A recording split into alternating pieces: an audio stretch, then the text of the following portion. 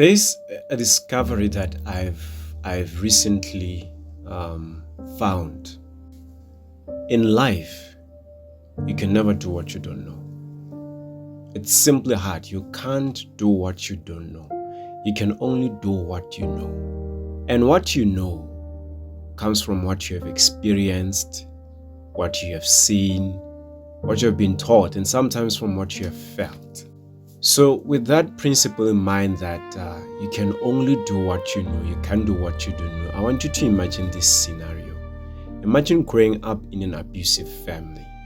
That experience shapes you in two extreme ways.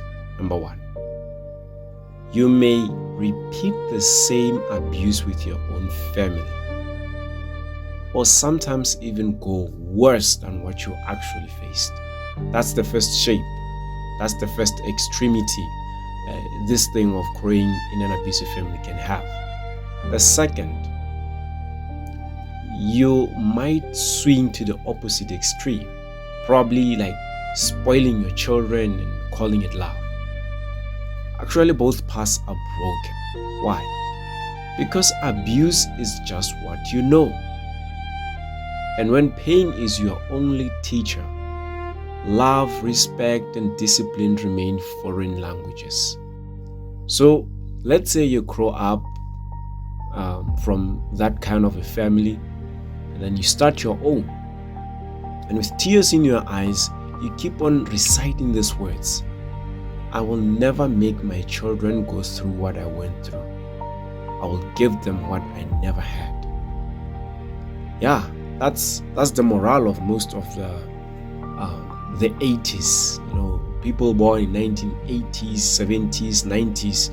That's the reside of words they speak. But here's the truth.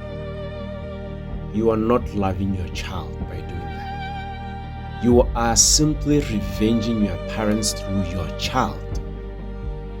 It's actually not about the child, it's about you. Why? Because you know pain. You don't know love. You think love is simply doing the opposite of what you suffered. So you pamper your child. You overgive. You remove discipline. And in the name of protecting your child, you deprive them of what they truly need. This is why so many children today grow up unappreciative, resistant to discipline, and disconnected from responsibility. Because their parents never learned to love, respect, discipline, and they never learned humanity. They only knew pain. So what should have happened? Before marriage, before raising a family, you should have gone to another school. I don't mean classroom with desks, but a school of life, a place to learn love, respect, discipline, and humanity. Because your home was a bad school. And without learning the right lessons, you risk ruining another human being, which is your child.